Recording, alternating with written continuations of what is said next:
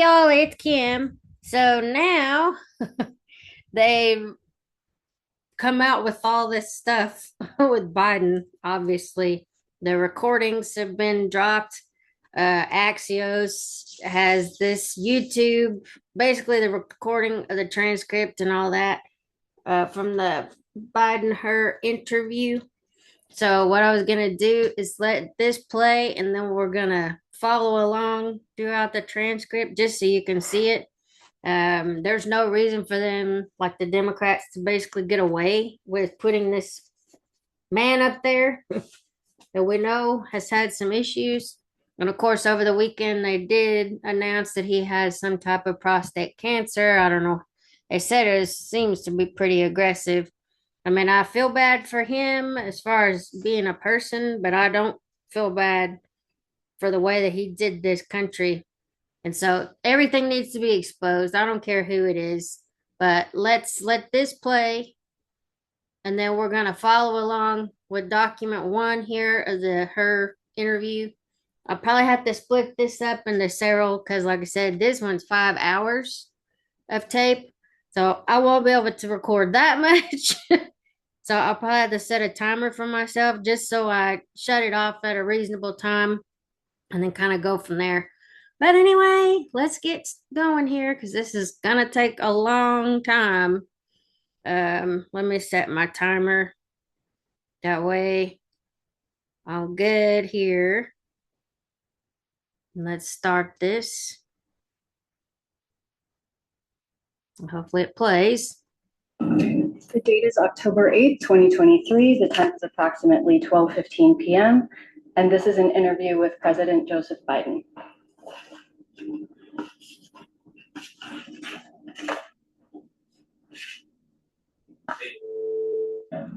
Good morning, everybody. Mr. President, thank you for your time. Actually, it's in the afternoon. Good afternoon. Thank you very much for being here. We appreciate your time very much. I think just for clarity of the record, I should quickly go around and make a note of everyone who's here. I'm Robert Hur, the special counsel, joined by Margaret Vaughn, and also the special counsel's office, and we're joined by two FBI agents.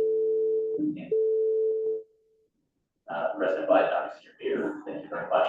You're joined by members of the White House counsel's team, White House counsel Ed Siskel, Dick Sauber, and Rachel Cotton, and also your two personal counsel, Bob Bauer and David Waldron. Have I missed anybody? Not seen. No. All right. Well then, with that, I have some preliminary matters to go over briefly, but before I do that, do you all have anything else you'd like to say before we jump in? All right. Well, Mr. President, I do want to take an additional minute and thank you for being here, making this time for us. I know there's a lot of other things in the world going on that demand your attention. You may get interrupted by one. Understood. I hope not. We hope I not. just got off the phone with Bibi Netanyahu. Yes, sir. So I also wanted to say that we know that you have provided significant cooperation with our investigation. And I wanted to personally recognize that and thank you for it. FBI knows my house better than I do. Not sure about that, sir. I'm pretty sure. I hope it's been obvious during the months that we've been at work that my goals have been to do a thorough and professional job, but also to do it as swiftly as possible. And your cooperation has been very helpful in us trying to achieve all of those goals, especially the efficiency of our investigation. On the topic of cooperation, as federal prosecutors, we do assess cooperation at the end of an investigation. Obviously, your willingness to sit for this interview today and tomorrow and answer our questions is part of that cooperation.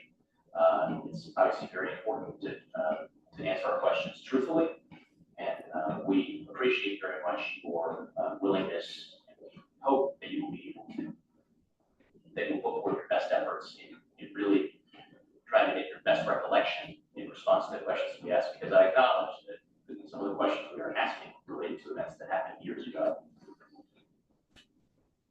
I'm a young man, so it's not a problem. Okay, great. Glad to hear. Couple of other ministerial notes. I may ask a question that is unclear or badly phrased. I sometimes do that. I often do that. If I ever ask a question that you don't quite understand, you need clarification, then you should say, I don't understand what you're saying. You should ask me to try to clarify, and I'll take another crack at it. Okay. And then, should you ever want to take a break today or By the way, tomorrow? there's a restroom right behind you. Thank you. Resting as well. Good to know. Thank you. Should you ever want to take a break during the interview, including to confer with members of the White House Counsel's Office, your personal counsel, all you got to do is just let us know that, and we'll take a break. Okay. All right. Rob, Yes. on the question of clarity, the question, we don't want to interrupt the flow. Of course, if Ed or I have any uncertainty about what you're asking, we may also ask for clarity about the question. I wouldn't be surprised if you don't. I'm just confident of that. All right. Any other preliminaries before we jump in? Okay.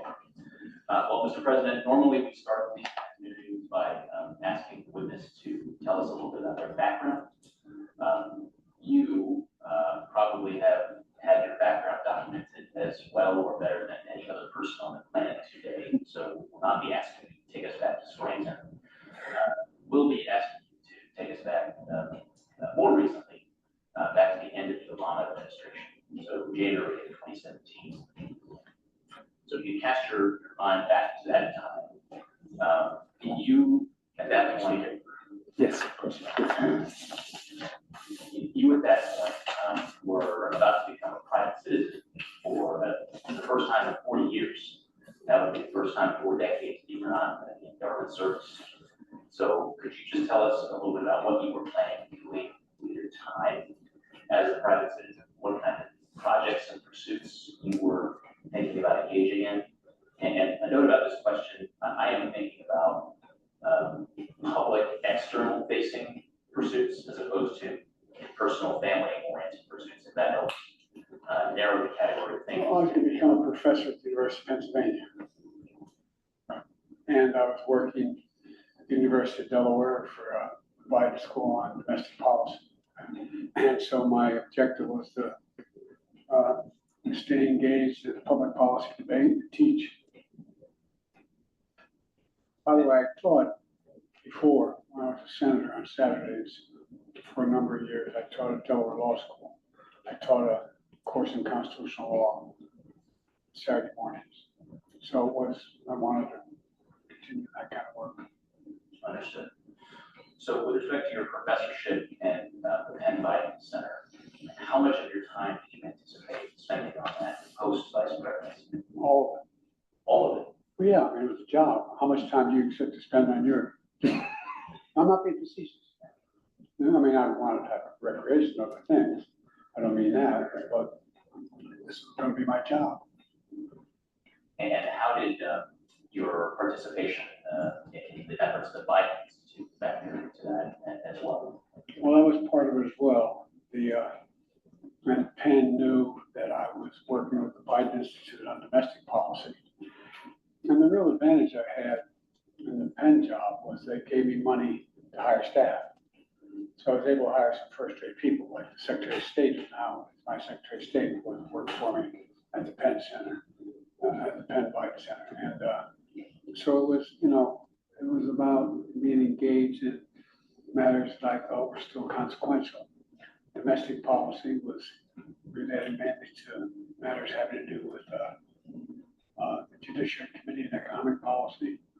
And at Penn, it was mainly to foreign policy.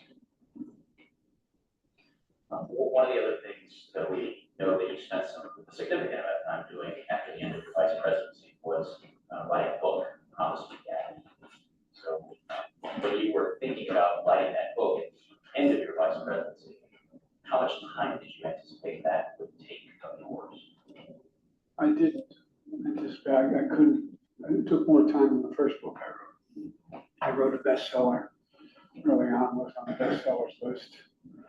And then what I wanted to do was write a book about my son because he was a remarkable man. And I wanted my grandchildren and great-grandchildren children and family to understand who he was, have some documentation of it. I wasn't writing at the time, thinking that it was going to sell, you know, it's going to be a bestseller, that kind of thing. But I want people to know what a normal, this is a guy, you know, on his deathbed, grabbed my hand and said, Dad, I'm not afraid. Don't promise me, Dad. Promise me, Dad, you'll stay engaged. Promise me. Because he knew how much I adored him. And he worried I'd sort of walk away from everything I've always worked on. So I want people to know what kind of man he was. And we're going to be talking about Promise Me Dad more further on and tomorrow as well. But please just allow me to say for a moment, I am so terribly here to start with your loss. You know, a lot of people have had similar losses or worse without the kind of support I had. Now I have a family that's an incredible family. And so I just know that I wonder all the people out there, I've written about it, talked about it. So many great people that up every morning put one foot other. I don't know how the hell they do it. Just keep moving forward. But I have a lot of help. One of the things that we understand you spent significant time on, and toward the end of your vice presidency as well as post vice presidency, was the Biden Cancer Initiative, Yes. also known as the Cancer Moonshot. So can you tell us about your thinking in January 2017 about how much time that was going to take in yours and its relative priority and other things that you were working on? It was a high priority, and that's one of the reasons why I like Penn as well. Penn has a great medical school and a great cancer research facility up there. And I talked to the president of Penn, and I talked to people at the school, and Bo had engaged with them as well as a patient. And so the great thing about Penn, it wasn't a straight line. I had access to a whole range of experts who could help me on the things that I thought I could, they thought I could be added value, I think, as well. And and the way that came about was in order to try to deal with what Bo was facing, I had visited every major cancer research facility in the world, with one exception, to interview and find out about what they knew about glioblastoma, what they knew about various. Come here, Lola. Because I'm still convinced, I'm still working on the cancer initiative. What I found was that cancer docs are incredible, but a lot of them walk by that mirror looking at themselves as a Pulitzer Prize, a Nobel Prize about to be won. They don't share data and information very much. So under the Obama administration, he told me I could begin the research and see what we should be doing as an administration in cancer. And what I did find out was there's very little collaboration. And even on projects where there's a lot of money, the federal government puts out for research projects. And the deal is you're supposed to, once that project is finished, publish it. Well, the vast majority don't publish it for a long time. And they never publish their failures. When they didn't reach the conclusion they were looking for. And you learn more from that than you learn anything else. So the president gave me carte blanche to engage any member of the administration. So for example, we used to have meetings at NIH where there was all the medical. What I did, I made sure that the Defense Department was there. I made sure that NASA was there. NASA knows more about dealing with some of the things that have to do with working on cancer. Many people die trying to, they go in to kill the cancer, they use proton, anyway. So there are all kinds of things. I wanted the Defense Department in there because they had computers with million calculations per second, and no medical facility had that. So I've tried to give every resource that I learned. I'm no doctor. I learned theoretically could be added value in determining what was the source of certain cancers and therefore the cures. So that's how I got so deeply engaged in that. Understood. So let me shift gears here slightly. We talked about the kinds of efforts and initiatives that you were thinking about spending your time on after the end of your vice presidency. Could you tell us what you were thinking back at the time, January 2017, about where you plan to spend your time? So we understand that you rented a home on Chambers Road in McLean, Virginia. You obviously still have the lake house in Wilmington at that time. At some point, you acquired each home in Rehoboth. So there were a number of different places where you could lay your head after the end of your vice presidency. And how did you think about where you were going to be spending? Well, I didn't think about beach house because I didn't have the capacity to. For 36 years, I was listed as the poorest man in Congress. I mean, literally listed on a radio. And I did fine because I had my salary, so I never thought of that. I commuted every day. But the reason for Penn wanting me to have a facility in Washington was I wanted me to continue to engage the Congress, the Senate, the presidency, and the administrations, each administration in debates about what the foreign policy issues were. And so they often set up for me to be guest lecturers in Europe or wherever it was to continue to engage in the fundamental debates about the future of the foreign policy of the United States. So that's why, and if you notice, the Penn Biden Center was as close as you get to the Capitol without being the Capitol grounds. It had conference rooms and the like, so I could bring down people and they come down and debate issues like they do in other fora, like the Council on Foreign Relations. Or that was sort of a generic model. And given that, was that I suppose, the reason for you to have a home in the Washington, D.C. area? Yes, because my wife was still teaching. We worked for her to be able to continue to teach at Northern Virginia Community College. And rather than have her commute. And if I had gone back and located in Delaware permanently, I wouldn't have had the reach. I've been traveling a lot down here and in other areas. Not just engage American diplomats, but engage foreign diplomats to come and talk about foreign policy. And with exposed students too. I mean, that was the whole idea here. Expose the Penn students to these opportunities. Any other questions on that? Gentlemen? All right. I'd like to move on to the next topic, which generally is going to cover questions about your handling of classified information and materials during your vice presidency. And let me try to frame the following set of questions for you. We well understand that the president and the vice president in our system of government are the ultimate consumers of intelligence and classified information. And in order for you to properly do your constitutional duties, you have to have ready, convenient access to classified information.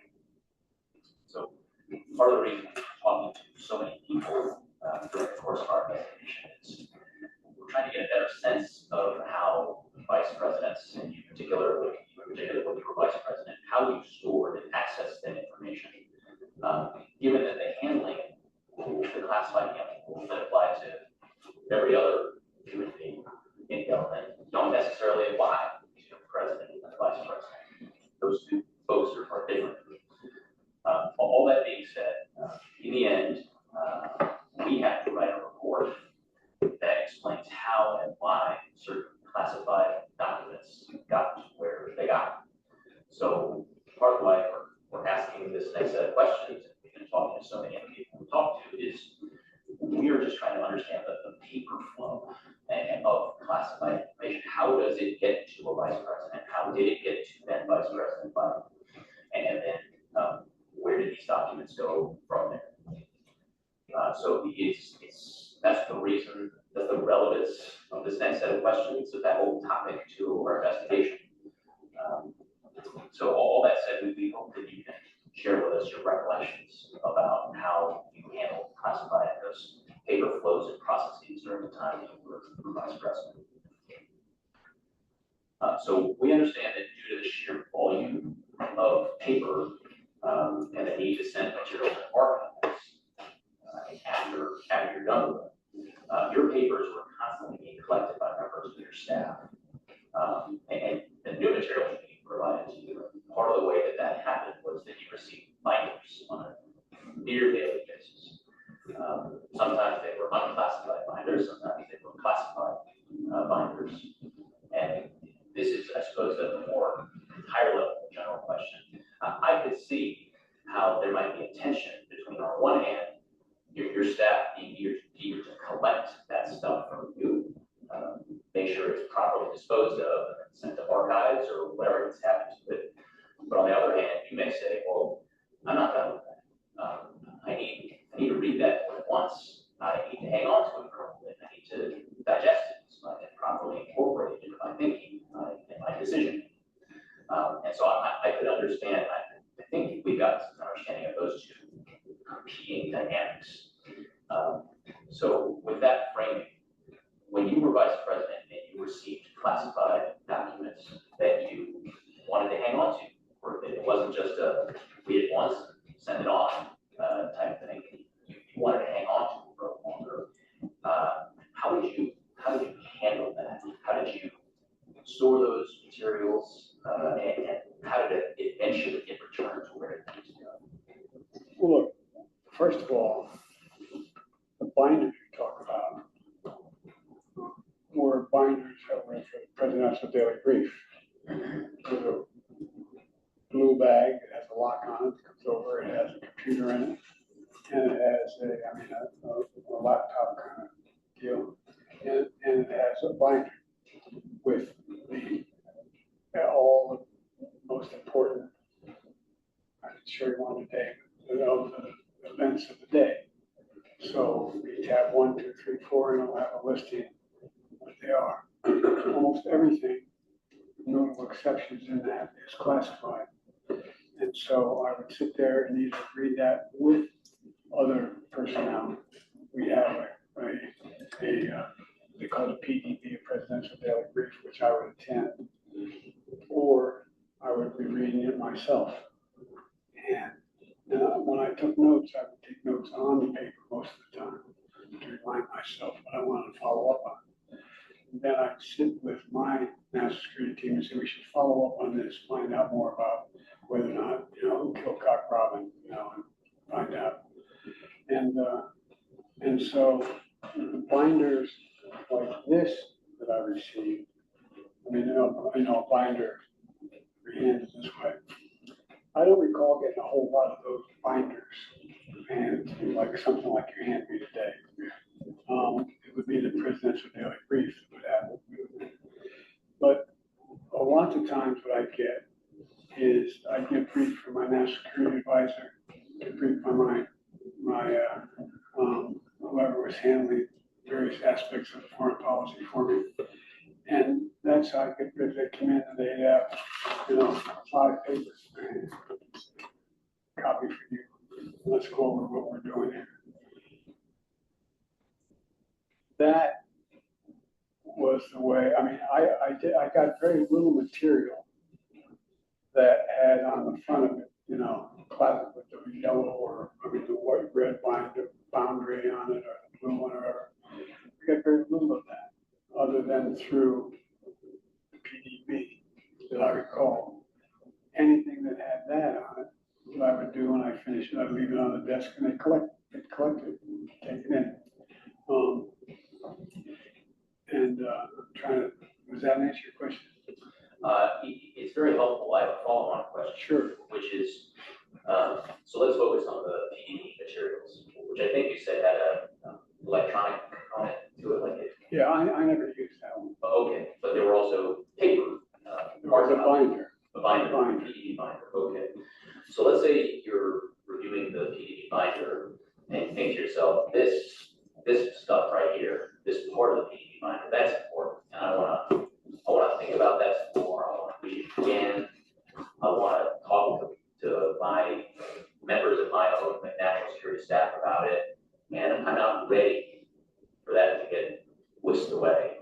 don't ever recall that happening. It may have. But usually what I do, I write down on a note card, follow up with Jake on bang, follow up with boom on boom. And then I call my team in and say, what do you think this means? That so-and-so moved forces here or there, or so-and-so said such and such. And follow on that one. I said, well, can you do me a memo on that? And they go back. And anyway. Okay, understood. Do you recall any instances in which, say the PDB binder had tabs 1 through 5, 1 through 10 or something, where you would actually remove something and say, to make my conversation with my national security staff, my team easier, I'm going to say, pull this out, and then I'm going to say, hey guys, I need all of this. I don't recall that. Taking anything out of the PDB binder. What I would do is I say, I'm keeping the binder till this afternoon, and I want to talk to you about it. Just come back in and take a look at it. But I don't recall taking pieces of the binder out. Were there occasions in which you said, I'm going to hang on to this PDB binder for a while, like I need another day or 2? Well, there may be. We lock it back up and say, I want to see this one with what tomorrow says, and so I keep it. And that I have with me in the office for a day or whatever. And when you would have it with you in the office for that additional period of time, well, where did that end up getting? It was locked, and staff would, I don't know where they put it, but the actual case was in was actually had a lock on it.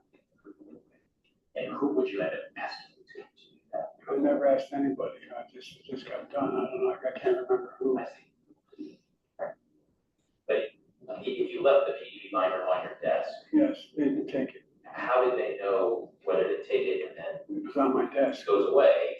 It was on my desk. They take it. Or just finish my question for how did they know if they saw a PDB binder on your desk? How do they know whether to take it and know he's done with it? It can go away wherever these things go, or he needs it for another day, so let's lock it up here. I don't ever recall the binder alone being left on the desk. The binder would be in the bag. If I put the bag on my desk, it says take it away and finish with it. If I took it and I left it next to my desk, that meant hold on to it till tomorrow. I see. And when you say next to your desk, does that mean actually? I don't know where they are. Okay, but someplace other than on your desk. Yeah, it'd be sitting against a drawer on the end table behind me, but it would not be. It was too big to put in the outbox. I had 2 boxes on my desk. An inbox, you probably do too if you're ever able to keep up with what you're doing, and an outbox. Okay, so I would drop it. It's big. I mean, the briefcase is this big. I'd drop it on top of those 2 boxes and or on my desk when I left. That meant I'm finished with this particular PDB. But if it was not in that particular place on your desk, then your staff knew. They'd hold You it gotta hang on. and they'd hang on to it to the next day. And where they put it, I don't know. All right, that's very helpful. And we may circle back to that in a little bit, but let me move on to, as long as we're talking about your staff, we've gotten to know the names of some of the folks who worked in your front office staff during your vice presidency. Michelle Smith.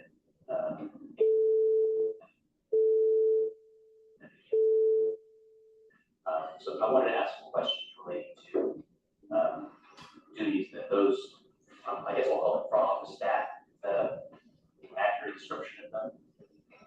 I never did, but sure. Okay, well, what did you call By their first names. them? Okay, No, I'm not being facetious.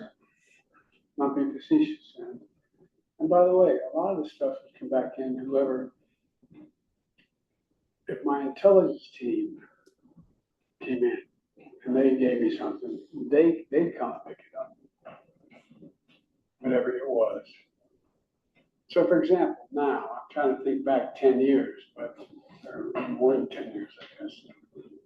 know, about 10 years. But today, I had a briefing about what's going on in Israel, a detailed briefing in my residence upstairs in a room that's not dissimilar to this off the bedroom.